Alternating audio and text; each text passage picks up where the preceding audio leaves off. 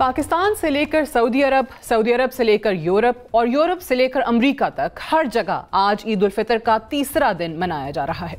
ईद उल फितर अरबी ज़बान का लफ्ज़ है जिसके मायने खुशी, जश्न और फरहत के हैं, जबकि फितर के मायने रोज़ा खोलने के हैं, यानी कि माह रमज़ान का इख्तिताम। यही वजह है कि ईद के दिन का आगाज़ नमाज ईद के बाद मीठी सवैयाँ खाकर खुशी के इजहार से किया जाता है। हम बड़ी खुशी से ईद के दिन अच्छा लिबास ज़ेब-ए-तन करके अपनी तस्वीर सोशल मीडिया प्लेटफॉर्म्स पर शेयर कर रहे हैं और अपनी खुशी का इजहार अपने चाहने वाले दोस्त अहबाब से कर रहे हैं। हम में से कुछ लोग ईदी दे रहे हैं और कुछ ईदी लेकर खुशी महसूस कर रहे हैं और हमारे घर में दावतों का सिलसिला जारी है। हम में बहुत से लोग ये भूल चुके हैं कि आज भी गज़ा के मजलूम फ़लस्तीनियों के खिलाफ इजरायली जारहियत जारी है। 188 दिन गुजरने के बावजूद आज भी मजलूम फ़लस्तीनियों का कोई पुरसाने हाल नहीं। गज़ा के फ़लस्तीनी खंडरात में इंसानी तारीख की सबसे अफसोसनाक ईद गुजारने पर मजबूर हैं। ना कोई पकवान दस्तयाब है और ना ही कोई जश्न। गज़ा के भूखे, प्यासे और बीमार फ़लस्तीनी ईद के रोज़ गज़ा के खंडरात के दरमियान सुबह की नमाज के लिए जमा हुए थे, जो गुज़श्ता 6 माह से ज़्यादा अरसे से इजरायली जंगी कार्रवाइयों से तबाहहाली का शिकार हैं। हज़ारों की तादाद में फ़लस्तीनी मशरिकी जेरूसलम की मस्जिद अक्सा में इकट्ठे हुए, जहां एक नर्स नमाजी रावन अब्द का कहना था कि ये अब तक की सबसे अफसोसनाक ईद है और आप लोगों के चेहरों पर उदासी देख सकते हैं। आम तौर पर हम जश्न मनाने के लिए अलग सा आते हैं, इस साल हम सिर्फ एक दूसरे का साथ देने के लिए आए हैं। रफा बॉर्डर पर मौजूद फ़लस्तीनी आबादी की ईद का जिक्र किया जाए तो 7 साला फ़लस्तीनी तला अबू अमीर का कहना था कि हमें ईद की खुशियां याद आती हैं, हमें नहीं महसूस होता कि हम जिंदा हैं। इससे कबल हम ईद पर एक साथ खेलते थे और ईद की खुशियां मनाते थे, मगर इस साल हम ईद की खुशियों से महरूम हैं। खेलने के लिए हमारे पास खिलौने नहीं हैं, ना कोई दोस्त है, सब मर चुके हैं और मैं भूखी भी हूं। शिमाली गज़ा के रिहायशी मोहम्मद उबैद का कहना था कि बुनियादी तौर पर ईद ख़त्म हो चुकी है, कोई खुशी नहीं है। बहुत से बच्चों ने ईद अपने वालिदैन के बगैर गुजारी।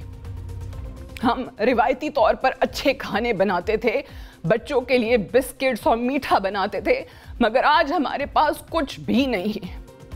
हम अपने बच्चों को खुश करने की कोशिश कर रहे हैं, बच्चों को हम ईद की कहानियां सुना रहे हैं, कहानियां सुनाने के सिवा हमारे पास कुछ नहीं।